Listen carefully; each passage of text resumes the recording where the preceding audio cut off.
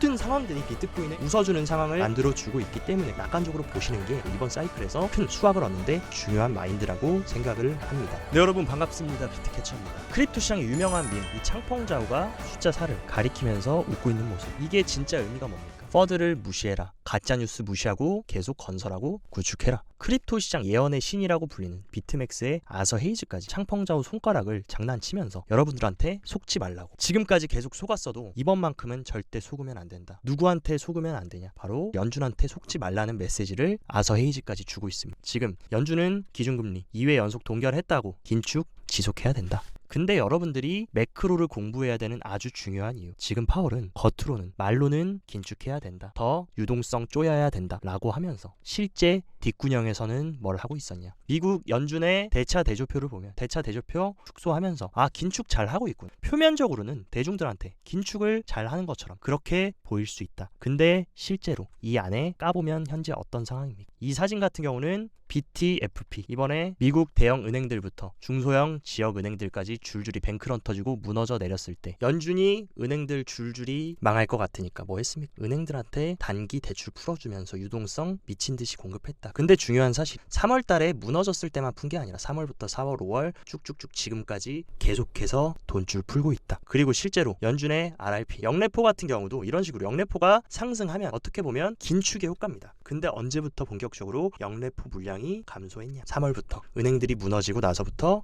영래포가 이렇게 급격하게 감소하면서 유동성 공급했다라는, 표면적으로 대차 대조표에는 이런 식으로 긴축하는 척, 계속 유동성 빨아들이는 척 하면서 뒷구멍에서 계속해서 유동성 풀고 돈 풀고 있었다는 것을 우리가 알아야 됩니다. 그렇기 때문에 우리가 코인 투자를 하면서도 매크로에 대해서 공부를 해야 되고, 실제로 지금 파월이 눈 가리고 아웅을 하는 건지 아니면 실제로 지금 어떻게 통화정책 흐름이 진행되고 있는 건지 이 부분을 파악을 해야 되고, 실제로 유동성이라고 불리는 M2 통화 같은 경우는 이미 작년 말 긴축은 끝났고 지금부터, 작년 말부터 이런 식으로 유동성 풀었습니다. 연준과 유럽중앙은행, 그리고 중국의 인민은행, 그리고 일본 은행들까지 이 핵심 중앙은행들은 작년 말을 기점으로 돈을 풀었다. 그 결과 비트코인 어떻게 됐습니까? 작년 말 비트코인 최저점 바닥 찍고 나서 상승했고, 특히나 이 3월 달에 은행들 파산하고 연준이 유동성 푸니까, 유동성 푼 이후부터 얼마나 상승했습니까? 무려 80% 넘는 상승했다. 결국에 뭐 비트코인 현물 ETF가 승인되냐 안 되냐, 반감기가 오냐 안 되냐, 이것보다 더 상위 개념은 뭡니까? 결국에 통화정책. 근데 지금 연준은 앞에서는 긴축 계속 할 거다, 또 금리 올릴 수 있다, 눈 가리고 앙하면서 뒤에서는 결국에 엄청나게 돈을 풀었다는 사실 여러분들 아셔야 된다. 그리고 현재 연준이 올해 마지막 FOMC에서 금리를 올리지 못할 명분이 또 하나 생겼다. 지난주 금요일에 발표된 연준의 고용지표, 연준이 지금까지 계속해서 긴축할 수 있었고 금리 계속 강하게 올릴 수 있었던 가장 큰 명분은 바로 강한 고용시장이었다. 근데 이제 그 마지막 최후의 보루였던 강한 고용시장마저 이제 고개를 숙이면서 힘이 빠지고 있는 모습을 보여줬습니다. 비농업 고용지수는 예측치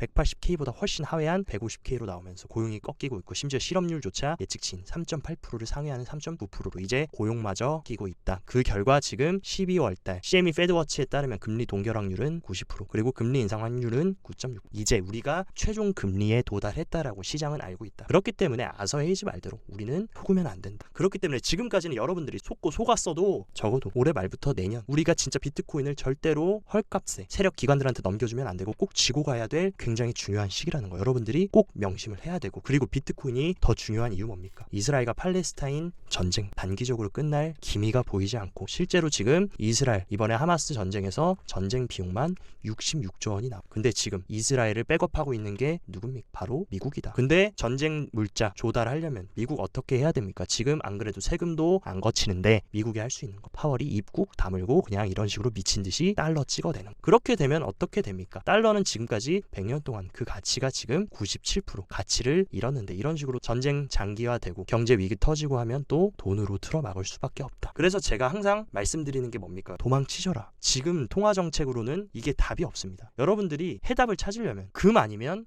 비트코인밖에 없는데 지금 현재 어떤 상황입니까? 그 많이 올랐다고 하는 금도 작년 대비해서 올해 지금 3%밖에 안 올랐다. 근데 디지털 금이라고 불리는 비트코인은 작년 대비 112% 올랐다. 그렇다라고 하면 여러분들이 우리를 살려줄 자산이 금과 비트코인 두 가지라면 어떤 것을 선택하겠습니까? 그것은 여러분들 선택에 달려있고 저희 비트캐쳐 구독자님들은 현명한 선택을 하실 거라고 믿습니다. 또한 글로벌 거시경제 흐름과 지정학적인 흐름, 그런 흐름뿐만이 아니라 크립토 개별 시장에도 비트코인이 웃어줄 수밖에 없는 환경이 조성이 됐다. 지금 미국 대형 월가 세력들이 현물 ETF 출시한다라고 하니까 중국의 발등에 불이 떨어진 것처럼 홍콩도 지금 급하게 비트코인 스팟 ETF, 현물 ETF 허용 지금 검토하고 있다고 블룸버그에서 발표됐다. 결국에 뭡니까? 이 비트코인이라는 신흥 혁신 자산, 디지털 금의 전쟁이 머지않아 시작이 될 거다. 지금 미국에도 이런 소식을 듣고 발등에 불이 떨어졌는지 언론에서 계속해서 이런 기사가 나오고 있습니다. 미국 1위 은행인 JP 모건도 지금 비트코인 ETF가 12월 중으로 승인 예상하고 있다. 지금 JP 모건뿐만이 아니라 최근 여러 공신력 있는 매체들과 실제로 비트코인 현물 ETF를 출시했고 승인을 기다리고 있는 핵심 인사들조차 올해 비트코인 현물 ETF가 깜짝 승인될 가능성이 있다라고 계속 얘기를 해주고 있습니다. 이게 진짜인지 아닐지 그것은 모르지만 우리가 한 가지 확실할 수 있는 사실은 뭡니까? 적어도 아크인베스트의 최종 데드라인인 내년 1월 10일 전에는 승인될 확률이 매우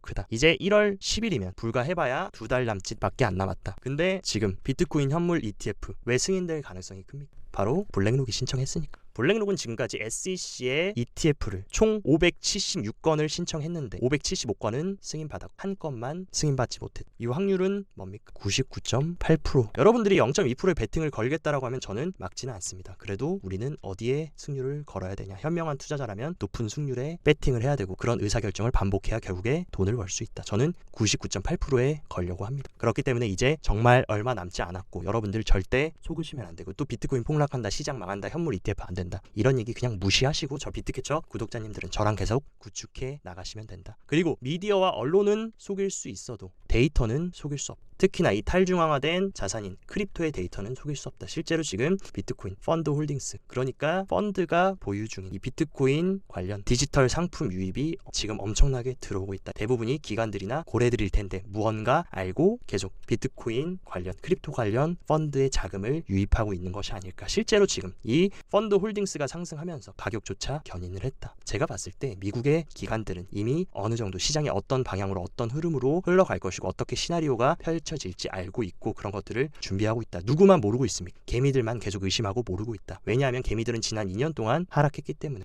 그렇기 때문에 여러분들 다르게 생각하셔야 부자가 될 수 있다라는 거 꼭 명심을 하시고 지금 펀드 홀딩스 흐름과 비슷하게 GBTC 프리미엄, 그레이스케일의 비트코인 신탁 펀드의 프리미엄 마이너스 피도 이런 식으로 계속해서 회복되고 있다. 기관들은 계속해서 비트코인 신탁 펀드 매수하고 있다. 기관들의 매수세가 점점 더 강해지고 있다. 제가 봤을 때 이 GBTC 프리미엄이 만약에 이런 식으로 고개를 꺾으면서 다시 마이너스 프리미엄이 가속화된다 라고 하면은 시장의 분위기가 바뀔 수 있다. 하지만 이 GBTC 프리미엄이 흔들리지 않는 한, 계속 마이너스 프리미엄을 회복하는 한 점점 더 현물 ETF 승인은 가까워지고 있다 라고 우리가 해석해도 무방할 것 같습니다. 거기다가 실제로 지금 온체인 흐름에서 굉장히 재미있는 현상들이 일어나고 있는데 지금 비트코인 신규 주소수 이런 식으로 11월 달 들어서 엄청나게 증가했. 70만 개의 새로운 지갑이 생겨났는데 기관이나 고래들 뿐만이 아니라 신규 투자를 하려는 신규 유입자 수도 굉장히 늘고 있다. 비트코인이라는 혁신 자산이 점점 더 많은 사람들의 포트폴리오에 채택이 되고 있고 추가되고 있다. 그 얘기는 비트코인의 범용성이 점점 더 커지고 시장 파이가 커질 수밖에 없고 시장 파이가 커지면 결국에 상승할 수밖에 없다. 이것은 중장기적으로도 새로운 주소수가 엄청나게 증가하고 있다는 거. 어떻게 보면 상승장 초입의 시그널로 우리가 해석해도 무방하다. 실제로 온체인 데이터 흐름만 보더라도 10월 말을 기점으로 11월 달 들어서 엄청난 자금들이 크립토 시장으로 유입이 되고 있다. 물론 지금 굉장히 많이 과열되어 있다 보니까 기술적인 조정은 있을 수 있다. 하지만 큰 방향성이 이런 식으로 엄청난 자금이 왜 유입이 되겠습니까? 결국에 가격을 끌어올리기 위해서 이런 유동성이 들어오고 있는 이런 흐름만 보더라도 특히나 올해 상반기보다 올해 하반기 이제 비트코인 현물 ETF 출시와 내년 반감기까지 앞두고 있는 지금 이 시기에 우리가 그 어떤 때보다 더 배에 힘을 꽉 주고 구축해 나가야 되는지 그것을 지금 말을 해주고 있다. 그리고 크립토 시장의 아주 상징적인 코인인 리플이 지금 두바이 금융당국에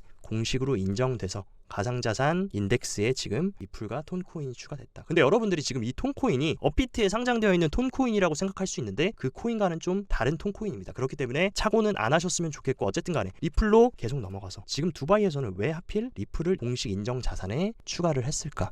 또한 지금 리플 가격도 의미 있는 상승을 보여주고 있지만 최근에 리플 대량의 리플을 보유하고 있는 리플 고래들의 수가 급격하게 상승하고 있다. 이것은 무엇을 의미할까? 당연히 리플이 지금까지는 리또속 맞습니다. 리또속 맞았다. 근데 제가 말씀드렸습니다. 약식 판결 이전 리플과 약식 판결 이후의 리플은 완전히 다르다. 그리고 리플은 가격만 안 올랐을 뿐이지 리플이 수면 아래에서 전 세계적으로 확장성을 가져갔고 얼마나 큰 인프라를 깔았는지 여러분들이 리플에 대해서 깊게 공부해 보시면 리플이 얼마나 크립토 시장의 중요한 코인인지 답이 나옵니다. 그리고 우리가 알아야 되는 DC 핀테크 위크가 11월 7일부터 8일에 진행되는데 이 핀테크 위크가 어떤 행사냐? 워싱턴 DC에서 핀테크와 금융 미래에 대해서 대화를 하는 것이고 이것은 최고의 금융 규제 기관과 디지털 인프라 제공업체 CEO 창립자 이런 전문가 집단이 모여서 미래 혁신 기술에 대한 얘기를 하는 건데 여기에 핵심 스피커가 누굽니까? 재무부 차관 리플 브래드 갈링하우스 그레이스케일의 마이클 소넨샤인 그리고 우리한테 익숙한 게리 겐슬러 그리고 연준의 부의장인 마이클 바 그리고 마이크 노보그라츠까지 왜 이런 인물들이 이 핵심 피커 자리에 위치를 하고 있을까? 그리고 특히나 이 브래드 갈링하우스 리플의 CEO는 미국 재무부 차관 다음에 위치를 하고 있을까? 그리고 과연 이 게리 겐슬러는 크립토 시장을 죽이려는 적일까? 아니면 미국 재무부와 미국 연준의 그저 꼭두각시일까? 여러분들이 잘 아셔야 된다. 결국에 게리 겐슬러는 꼭두각시에 불과할 뿐 이들이 시키는 대로 움직일 수밖에 없다. 그리고 이 연준의 부의장의 마이클 바는 어떤 사람이었습니까? 과거 리플랩스의 고문 출신이고 연준의 부의장으로 지금 활동을 하고 있다. 그렇기 때문에 여러분들이 리또속 한다라고 해도 결국에 리플은 우리 눈에 표면적으로는 보이지 않지만 수면 아래에서 지금 국경 간 결제 흐름과 미래의 이런 금융 시스템에서 굉장히 중요한 역할을 차지하게 될 수밖에 없다. 그리고 이 행사가 끝나고 나면 바로 어떤 행사가 있습니까? 리플 자체적으로 1년에 한 번 하는 가장 큰 연례 행사인 바로 리플 스웨이 바로 11월 8일부터 9일까지 두바이는 지금 홍콩, 싱가포르와 함께 아시아 그리고 중동의 크립토 혁신을 적극적으로 추구하고 있는 이 두바이에서 또 리플 스웰 행사 때 리플의 CEO 브래드 갈링하우스가 얼마나 큰 대형 소식을 전해줄지 모르고 지금 응축되어 있는 에너지들이 정말 이번만큼은 다르다. 크게 폭발할 수 있는 시기도 많이 가까워지고 있다라고 개인적으로 생각합니다. 거의 지금 어두운 터널의 끝에 지금 희미하게 불빛이 보이고 있는 만큼 끝까지 우리는 구축해서 정진해 나가야 된다라고 말씀드리고 단기적으로 기술적인 분석도 조금 도와드리자면 일단은 비트코인이 주말 동안 좀 횡보를 하면서 어쨌든 간에 이 최근 돌파해줬던 수렴 상단을 돌파하고 이 하단 추세를 계속 지지받으면서 저점을 계속해서 지금 올려주면서 35K에 굉장히 강하게 지지를 해주고 있다. 이 얘기는 뭡니까? 아무리 지금 시장의 RSI 상으로도 과열됐고 누가 봐도 차트가 과열된 건 맞다. 근데 눌리더라도 하락으로 눌리는 게 아니라 옆으로 기간 조정을 하면서 횡보하면서 지금 매물을 형성하고 있다는 건 뭡니까? 아주 지금 비트코인이 강하게 버텨주고 있다. 그 얘기는 뭡니까? 하방 경직성이 매우 강하다. 그리고 또 고무적인 사실은 뭡니까? 비트코인 가격은 조금씩 저점을 올리면서 가격을 버텨주지만 지금 비트코인 도미넌스 확실하게 꺾여주고 반대로 자발트 도미넌스는 확실하게 핵심 저항을 뚫고 올라주는 만큼 비트코인 횡보하고 도미넌스가 알트코인에 유리하게 웃어주고 있다. 제가 지난 주말부터 알트코인 순환매 흐름 충분히 나올 수 있다. 왜냐하면 비트코인 도미넌스가 확실하게 추세 하단을 이탈했기 때문에 당분간 단기적으로 알트는 여러분들이 순환매 흐름 나올 수 있으니까 배트를 짧게 잡고 접근해봐도 사실 무방하다라고 보이고 어쨌든 간에 비트코인 차트도 이 단기 상승 추세를 이탈하더라도 저는 핵심 구간인 이 33K 이 구간이 어딥니까? 가장 많은 거래량이 터졌던 이 양봉의 시가입니다. 이 부분만 훼손 안 하면 어쨌든 간에 눌리고 상승하냐 아니면 바로 여기서 지지받고 추가 상승해서 또 올해 신고가를 갱신하냐 그 두 가지밖에 없다. 그렇기 때문에 눌려주면 여러분들 아직 못 담으셨던 분들은 땡큐 하면서 잡으시면 되고 지금 잘 구축하신 분들은 계속 그냥 흔들림 없이 단기적으로 과열 구간은 맞지만 지금 바로 내리시기보다는 잘 홀딩하면서 왜냐하면 더 상승할 수가 있다. 그렇기 때문에 배 힘 꽉 주고 구축해 나가야 된다. 그리고 또한 대표적인 비트코인 디커플링 차트인 달러 인덱스 흐름 보십시오. 달러도 완벽하게 지금 추세를 꺾으면서 달러도 본격적인 하락이 시작됐다. 달러가 하락하면 어떤 의미입니까? 미 증시 및 이런 크립토 같은 자산들로 많은 수급이 들어올 수 있는 그런 상황까지 지금 모든 상황들이 비트코인에 웃어주는 상황을 만들어주고 있기 때문에 여러분들 단기적으로 대응하시던 장기적으로 대응하시는 분들 모두 비관론적으로 염세적으로 크립토를 보시기보다는 조금 긍정적으로 낙관적으로 보시는 게 여러분들이 진짜 돈을 벌고 이번 사이클에서 큰 수확을 얻는데 중요한 마인드라고 개인적으로 생각을 합니다. 오늘 영상도 시청 진심으로 감사드리고 영상 도움됐다면 좋아요, 구독 눌러주시고 더 자세한 투자 전략이나 디테일한 실전 트레이딩 전략은 영상 하단 고정 댓글에 제가 직접 운영하는 텔레그램방 링크 활짝 열어놨으니까 이쪽으로 참여하셔서 내용 참고하시고 성공적인 투자 이어나가시길 바랍니다. 오늘도 시청 감사드리고 여기까지 비트캐쳐였습니다.